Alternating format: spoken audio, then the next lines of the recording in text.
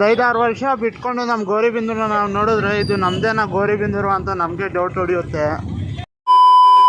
ನೆನ್ನೆ ಇಲ್ಲಿವರೆಗೂ ಹಾವು ಬಂದ್ಬಿಟ್ಟೈತೆ. ತಿರ್ಗಾ ಅದು ಫುಲ್ ಮಳೆ ಬೀಳ್ತೈತಲ್ಲ, ಅವಾಗ ತಿರ್ಗಾ ಗೇಟ್ ಓಪನ್ ಮಾಡಿದ ತಕ್ಷಣ ಸೌಂಡ್ಗೆ ಇಲ್ಲಿಗೆ ಬಂದು ಇಲ್ಲಿಂದ ಇಲ್ಲಿ ಹೋಗೈತೆ. ವಿಡಿಯೋ ತೋರಿಸ್ತೀನಿ ನೋಡಿ.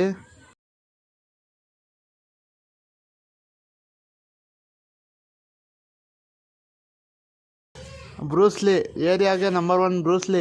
ಇವಾಗ ಮೇಲ್ಗಡೆ ಹತ್ಬಿಟ್ಟು ಇನ್ಸ್ಪೆಕ್ಷನ್ ಮಾಡ್ತಾ ಇರ್ತಾರೆ, ಯಾರ್ಯಾರು ಏನೇನು ಮಾಡ್ತಾ ಇರ್ತಾರೆ. ಫಸ್ಟು ನನ್ನ ಗಾಡಿನ ಚೆಕ್ ಮಾಡ್ಕೋಬೇಕು, ಯಾಕಂದರೆ ಗಾಡಿಯಲ್ಲಿ ಕೂತ್ಕೊಂಡಿದ್ರೆ ಏನು ಮಾಡೋಕ್ಕಾಗಲ್ಲ. ಸದ್ಯ ಎಲ್ಲೂ ಇಲ್ಲ. ಇಲ್ಲಿ ನೋಡಿ, ಕಚ್ರ ಬಾಡ ಹಿಂಗೈತೆ, ಅದಕ್ಕೆ ಹಾವು ಬಂದುಬಿಟ್ಟೈತೆ. ಕ್ಲೀನ್ ಮಾಡಿಸ್ರಯ್ಯ, ನಿಮ್ಮ ಮನೆ ಹತ್ರ ಮಾಡ್ಕೊಳ್ಳಿ. ಇಲ್ಲಿ ಚಿಕ್ಕಬಳ್ಳಾಪುರ ಬಸ್ಸುಗಳು ಎಂಟ್ರಿ ಆಗ್ತಾವಲ್ವ ನಮ್ಮ ಗೌರಿಬಿದನೂರು ಬಸ್ ಸ್ಟ್ಯಾಂಡಲ್ಲಿ, ಅಲ್ಲಿ ಸ್ವಲ್ಪ ಚರಂಡಿ ಮಾಡ್ತಾರೆ.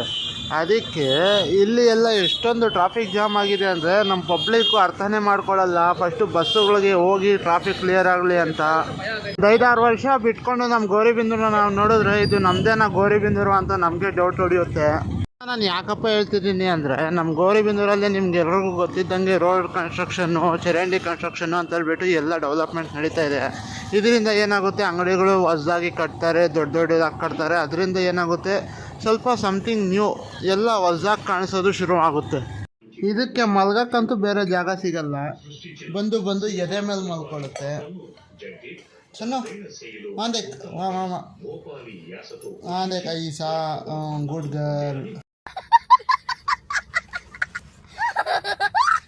ಇನ್ನೊಂದು ಬ್ಲ್ಯಾಕ್ ಪಂಟರ್ ಐತೆ ನೋಡಿ, ಅದು ಕೂತ್ಕೊಂಡೈತೆ ನೋಡಿ. ಅದಕ್ಕೆ ಟೀಚಿಂಗ್ ಏನೋ ಪಾಠ ಹೇಳ್ಕೊಡ್ತಾ ಇದೆ. ಅದು ಅಷ್ಟು ದೊಡ್ಡದಿದೆಯಾ, ಅದು ಚಿಕ್ಕದೈತಲ್ಲ, ಅದ್ರ ಮುಂದೆ ಅದು ಏನು ಮಾಡಲ್ಲ. ಅದೇ ಚಿಕ್ಕದೇ ಅದಕ್ಕೆ ಹೊಡೆಯುತ್ತೆ.